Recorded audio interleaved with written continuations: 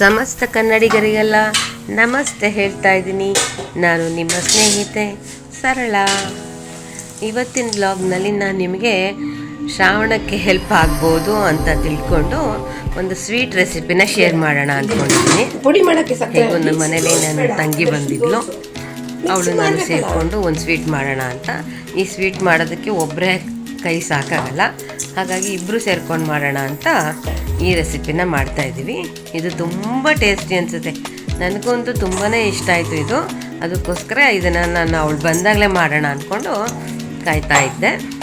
ಇದಕ್ಕೆ ನಾನು ಒಂದು 1/4 kg ಅಷ್ಟು ಮೈದಾ ಹಿಟ್ಟು ತೊಗೊಂಡಿದ್ದೀನಿ. ಅದಕ್ಕೆ ಒಂದು 2 ಚಿಟಿಕೆ ಅಷ್ಟು ಮಾತ್ರ ಉಪ್ಪು ಹಾಕ್ಕೊಂಡಿದ್ದೀನಿ. ಆಮೇಲಿಂದ ಒಂದು ಸ್ವಲ್ಪ ಬೆಣ್ಣೆ ತೊಗೊಂಡಿದ್ದೀನಿ. ನೀವು ಬೆಣ್ಣೆನಾದರೂ ತೊಗೋಬೋದು, ಇಲ್ಲ ಡಾಲ್ಡನಾದರೂ ತೊಗೋಬೋದು. ಅದನ್ನು ಒಂದು ಸ್ವಲ್ಪ ಬಿಸಿ ಮಾಡಿ ಕರಗಿಸ್ಕೊಂಡು ಹಾಕ್ಕೋಬೇಕಾಗತ್ತೆ. ಒಂದು 20 ಗ್ರಾಮ್ ಅಷ್ಟು ಸಾಕಾಗ್ಬೋದು, 25 ಗ್ರಾಮ್ ಅಷ್ಟು ಸಾಕಾಗ್ಬೋದು ಅಂದ್ಕೊಂಡಿದ್ದೀನಿ. ಮೈದಾ ಹಿಟ್ಟಿಗೆ ಸ್ವಲ್ಪನೇ ನೀರು ಹಾಕ್ಕೊಂಡು ಕಲಿಸ್ಕೊಂಡು ಬಿಡಬೇಕು. ಬೆಣ್ಣೆ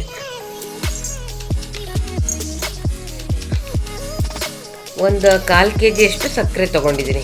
1/4 kg ಮೈದಾ, 1/4 kg ಸಕ್ಕರೆ, ಒಂದು 25 ಗ್ರಾಮ್ ಅಷ್ಟು ತುಪ್ಪ ತೊಗೊಂಡಿದ್ದೀನಿ.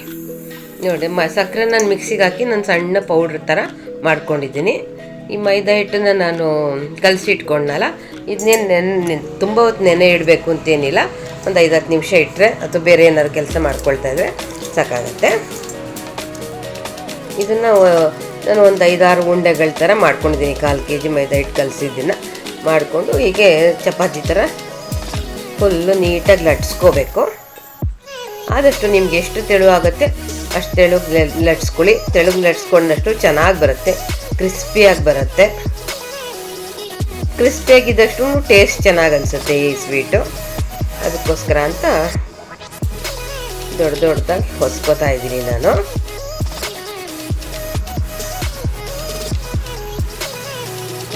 ಒಂದು ಚಪಾತಿ ಆ ಥರ 5-6 ಚಪಾತಿನ ನಾನು ಹೊಸ್ಕೊಂಡು ಇಟ್ಕೋತೀನಿ.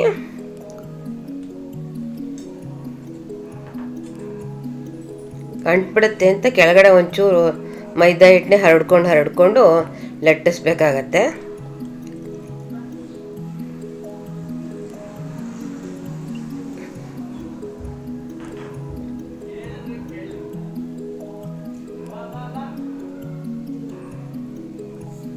ಇವಾಗ ನೋಡಿ, ಇನ್ನೊಂದು ಚಪಾತಿ ತೊಗೋತಾ ಇದ್ದೀನಲ್ಲ, ಹೀಗೆ ಒಂದು ಹೊಸ್ಕೋತಾನೆ ಇರ್ತೀನಿ. ಈಗ ನಾನು 3-4 ಚಪಾತಿ ಥರ ಹೊಸ್ಕೊಂಡಿದ್ದೀನಿ. ಪ್ರತಿ ಚಪಾತಿಗೂ ಈ ಥರ ಮೇಲ್ಗಡೆ ತುಪ್ಪ ಹಚ್ಚಬೇಕು, ಮತ್ತು ಇನ್ನೊಂದು ಬೇರೆ ಲೇಯರ್ ಹಾಕಬೇಕು, ಮತ್ತು ಇನ್ನೊಂದು ಸರ್ತಿ ತುಪ್ಪ ಹಚ್ಕೋಬೇಕು, ಮೇಲ್ಗಡೆ ಹಾಕಬೇಕು. ಹಾಗೆ ಒಂದು 5-6 ಲೇಯರ್ ಅಷ್ಟು ಚಪಾತಿನ ಹಾಕ್ಕೊಂಡು ಹಿಂಗೆ ಮಾಡ್ಕೊಂಬಿಡ್ತೀನಿ.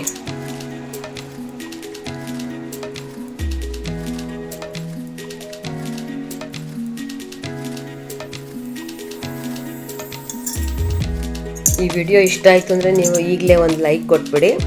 ನಿಮ್ಮ ಫ್ರೆಂಡ್ಸ್ಗೂ ಫ್ಯಾಮಿಲಿಗೂ ಶೇರ್ ಮಾಡಿ. ಹೊಸಬರಾಗಿದೆ ನನ್ನ ಚಾನಲ್ಗೆ ಸಬ್ಸ್ಕ್ರೈಬ್ ಮಾಡ್ಕೊಳ್ಳಿ. ಹೀಗೆ ಶ್ರಾವಣಕ್ಕೆ ಬೇಕಾಗಿರೋಂಥ ತಿಂಡಿಗಳು ಬೇಕಾಗತ್ತಲ್ಲ, ಶ್ರಾವಣ ಮಾಸದಲ್ಲಿ ಪೂಜೆ ಪುನಸ್ಕಾರ ಎಲ್ಲ ಇರುತ್ತೆ. ಹಾಗಾಗಿ ತಿಂಡಿಗಳಿಗೆ ನಾನು ಹೊಸ ತಿಂಡಿ ಶೇರ್ ಮಾಡೋಣ ಅಂದ್ಕೊಂಡಿದ್ದೀನಿ. ಈ ತಿಂಡಿ ಹೆಸರೇನೋ ಗೊತ್ತಿಲ್ಲ, ಬಟ್ ತುಂಬಾ ಟೇಸ್ಟಿ ಅನ್ನಿಸ್ತು. ನಾನು ಇದಕ್ಕೆ ಪೂರ್ಣಚಂದ್ರ ಅಂತ ಹೆಸರಿಟ್ಕೊಂಡಿದ್ದೀನಿ. ನಿಮ್ಗೇನಾದರೂ ಈ ತಿಂಡಿ ಹೆಸರು ಗೊತ್ತಿದ್ದರೆ ನನಗೆ ಕಾಮೆಂಟ್ ಮಾಡಿ ತಿಳಿಸಿ. ಇದೇನು ಹೊಸ ತಿಂಡಿ ಅಲ್ಲ, ತುಂಬ ಹಳೆ ಕಾಲದ ತಿಂಡಿನೇ ಇದು. ನೋಡಿ, ಈ ಥರ ಎಲ್ಲ ಲೇಯರ್ನು ಒಂದರ ಒಳಗಡೆ ಇಟ್ಕೊಂಡು ರೋಲ್ ಮಾಡ್ಕೊಂಬಿಡೋಣ.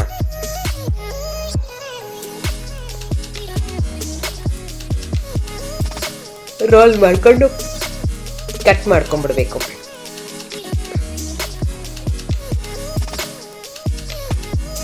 ನಿಮ್ಗೆ ಎಷ್ಟು ಸ್ವೀಟ್ ಬೇಕೋ ಅಷ್ಟು ಸಣ್ಣದಾಗಿ ಇದನ್ನು ಕಟ್ ಮಾಡ್ಕೊಬೇಕು.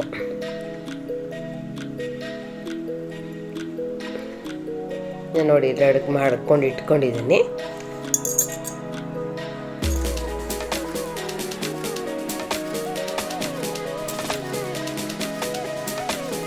ಈಗ ಒಂದೊಂದನ್ನು ತೆಕ್ಕೊಂಡು ಸಣ್ಣ ಪೂರಿ ಥರ ಲಟ್ಸ್ಕೋಬೇಕು. ನಾನು ಒಂದು 5 ಲೇಯರ್ ಹಾಕ್ಕೊಂಡ್ರೆ ಚೆನ್ನಾಗಿ ಬರುತ್ತೆ. ಇನ್ನು ಅದ್ರ ಮೇಲೆ ಜಾಸ್ತಿ ಹಾಕ್ಕೊಂಡ್ರು ಚೆನ್ನಾಗಿ ಬರುತ್ತೆ. ಸ್ವಲ್ಪ ಕಡಿಮೆ ಲೇಯರ್ ಹಾಕ್ಕೊಂಡ್ರೆ ಸ್ವಲ್ಪ ಕ್ರಿಸ್ಪಿನೆಸ್ ಕಡಿಮೆ ಅನಿಸುತ್ತೆ. ಇವಾಗ ನಾನು ಒಂದು 1/4 ಲೀಟ್ರ್ ಮೇಲೆ ಎಣ್ಣೆ ಹಾಕಿದ್ದೀನಿ, ರಿಫೈಂಡ್ ಆಯಿಲೇ ಹಾಕಿದ್ದೀನಿ. ಇದನ್ನು ನಾವು ಕೋಕೋನಟ್ ಆಯಿಲಲ್ಲಿ ಕರಿಯೋಕ್ಕಾಗಲ್ಲ.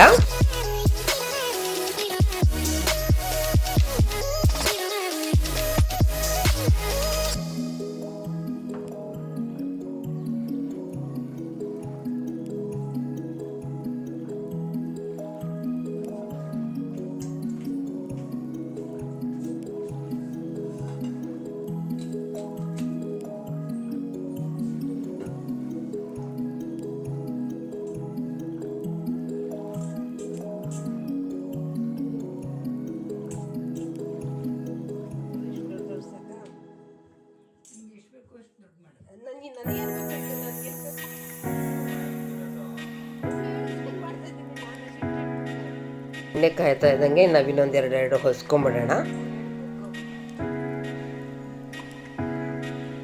ತುಂಬ ಹೊಸ್ಕೊಂಡು ಇಟ್ಕೊಳ್ಳೋಕ್ಕೂ ಬರಲ್ಲ ಇದು. ಒಬ್ಬರು ಹೊಸಿತಾ ಇರಬೇಕು, ಇನ್ನೊಬ್ರು ಕರಿತಾ ಇರಬೇಕು. ಆ ಥರ ಮಾಡೋದೇ ಈ ಸ್ವೀಟ್. ಹೊಸ್ದಿಟ್ಬಿಟ್ರೆ ಅಷ್ಟು ಚೆನ್ನಾಗಿ ಬರಲ್ಲ.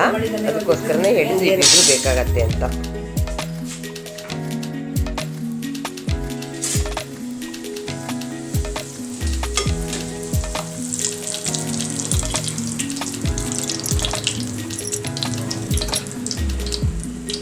ಅದಕ್ಕೆ ಉರಿ ಕೊಡ್ಬೋದು ಅಂತ ಅಂದ್ಬಿಟ್ಟು ಎರಡು ಒಂದೇ ಒಂದು. ಇವಾಗ ಎಣ್ಣೆ ಕಾದಿದೆ, ಕರಿತೀನಿ ಈಗ. ಇದಕ್ಕೆ ತುಂಬ ಹೈ ಫ್ಲೇಮ್ ಕೊಡೋ ಹಾಗಿಲ್ಲ, ಹಂಗಂತ ತೀರಾ ಸಣ್ಣೂರಿನೂ ಮಾಡೋ ಹಾಗಿಲ್ಲ. ಒಂದು ಮೀಡಿಯಮ್ ಫ್ಲೇಮಲ್ಲೇ ಇಟ್ಕೊಂಡು ನೀಟಾಗಿ ಕರಿಬೇಕು. ಗೋಲ್ಡನ್ ಬ್ರೌನ್ ಬರಬೇಕು ಆ ಥರ ಎಲ್ಲ ಏನಿಲ್ಲ. ಇದು ಬೆಳ್ಳಗಿದ್ದಷ್ಟು ಚೆನ್ನಾಗಿ ಲೈಟಾಗಿ ಬ್ರೌನ್ ಬಂದರೂ ಪರವಾಗಿಲ್ಲ. ಒಟ್ಟು ನೀಟಾಗಿ ಫ್ರೈ ಆಗೋದೇ ಮುಖ್ಯ. ಆ ಬಬಲ್ಸ್ ಎಲ್ಲ ಬರೋದೆಲ್ಲ ಇರುತ್ತಲ್ಲ, ಸಂಪೂರ್ಣ ನಿಲ್ಲಬೇಕು. ಹಂಗಾದ್ರೇ ಅದು ಕ್ರಿಸ್ಪಿಯಾಗಿ ಬರೋದು. ನಾವು ಬೇಗ ಬೇಗ ತೆಗೆದುಬಿಟ್ರೆ ಮೇಲ್ಗಡೆಯಿಂದ ಕ್ರಿಸ್ಪಿ ಇರುತ್ತೆ, ಒಳಗಡೆಯಿಂದ ಸಾಫ್ಟ್ ಇರುತ್ತೆ. ಹಂಗಾಗಬಾರ್ದು ಅದು. ಒಳಗಡೆನೂ ಅಷ್ಟೇ ಸಾಫ್ಟಾಗಿರ್ಬೇಕು. ಇದನ್ನು ಒಂದು 3 ಪೂರಿನ ನಾನು ಬೇಯಿಸ್ಕೊಂಡ್ಬಿಡ್ತೀನಿ. ನೋಡಿ ಇಷ್ಟು ಬ್ರೌನ್ ಆಗಿದೆಯಲ್ಲ, ಇಷ್ಟು ಬ್ರೌನ್ ಆದರೆ ಸಾಕು. ತಕ್ಷಣಕ್ಕೆ ಹಾಕಬೇಕು, ಇಬ್ಬರು ಇರಬೇಕು. ಗೊತ್ತಾಗ್ಲಿಕ್ಕೆ ನಾನು ಇವಾಗ ಬೇಯಿಸ್ತಾ ಇರೋದು ಸಂಪೂರ್ಣ ತೋರಿಸ್ತಾ ಇದ್ದೀನಿ. ನೋಡಿ 3 ಪೂರಿ ಬೇಯಿಸ್ಕೊಂಡಿದ್ದೀನಿ. ಬೇಯಿಸ್ಕೊಂಡ್ಮೇಲೆ ಸಕ್ಕರೆ ಪೌಡ್ರ್ ಮಾಡಿಟ್ಕೊಂಡಿದ್ದೀನಲ್ಲ ನಾನು ಮಿಕ್ಸಿಗೆ ಹಾಕಿ, ಈ ಪೌಡ್ರನ್ನ ಪೂರ್ತಿ ಹಚ್ಚಬೇಕು. ಪೂರ್ತಿ ಎಲ್ಲ ಕರೆದಾದ್ಮೇಲೆ ಹಚ್ಬೋದಲ್ಲ ಅಂತ ಅನ್ಕೋಬೋದು ನೀವು. ಖಂಡಿತ ಹಾಗೆ ಮಾಡಬೇಡಿ. ಸಕ್ಕರೆ ಚೆನ್ನಾಗಿ ಹೀರ್ಕೋಬೇಕು ಅಂದರೆ ಬಿಸಿಲೇ ನಾನು ಸಕ್ಕರೆ ಪುಡಿನ ಹಾಕಬೇಕು. ಹಾಗಾದರೆ ಒಳಗಡೆ ಲೇಯರ್ ತನಕ ಚೆನ್ನಾಗಿ ಸಕ್ಕರೆ ಹಿಡ್ಕೊಳತ್ತೆ. ಸ್ವೀಟ್ ಹಿಡ್ಕೊಂಡ್ರೆ ಚೆನ್ನಾಗಿ ಅನ್ಸಲ್ಲ, ಅಂದರೆ ಸಪ್ಪೆ ಅನ್ಸಿದ್ರೆ ಅದು ಚೆನ್ನಾಗಿ. ಹಾಗಾಗಿ 1, 2 ಇಲ್ಲ, ಒಬ್ಬರು ಈ ಕಡೆ ಕರಿತಾನೆ ಇರಬೇಕು, ಇನ್ನಿಬ್ಬರು ಈ ಕಡೆ ಹಚ್ತಾನೆ ಇರಬೇಕು. ಹಾಗಾದರೆ ಇದು ಚೆನ್ನಾಗಿ ಬರುತ್ತೆ. ನಾನು ತೋರ್ಸೋಕ್ಕೋಸ್ಕರ ಅಂತ 3 ಪೂರಿ ಒಟ್ಟಿಗೆ ಇಟ್ಕೊಂಡು ತೋರಿಸ್ತಾ ಇದ್ದೀನಿ. ಸಂಪೂರ್ಣ ಪೂರಿನ ಹಾಕ್ಬಿಡ್ಬೇಕು. 1/4 kg ಸಕ್ಕರೆನೇ ಸಾಕಾಗತ್ತೆ. 1/4 kg ಸಕ್ಕರೆ ಪುಡಿ, 1/4 kg ಮೈದಾ ಹಿಟ್ಟಿಗೆ ಸಾಕಾಗತ್ತೆ. ನೋಡಿ ನನಗೆ ಇದಿಷ್ಟು ಪೂರಿ ಆಯಿತು.